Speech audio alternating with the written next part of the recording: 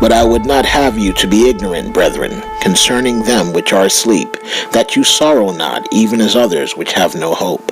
For if we believe that Jesus died and rose again, even so them also which sleep in Jesus will God bring with him. For this we say unto you by the word of the Lord, that we which are alive and remain unto the coming of the Lord shall not prevent them which are asleep.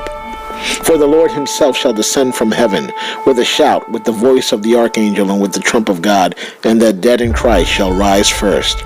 Then we which are alive and remain shall be caught up together with them in the clouds, to meet the Lord in the air, and so shall we ever be with the Lord. Wherefore, comfort one another with these words.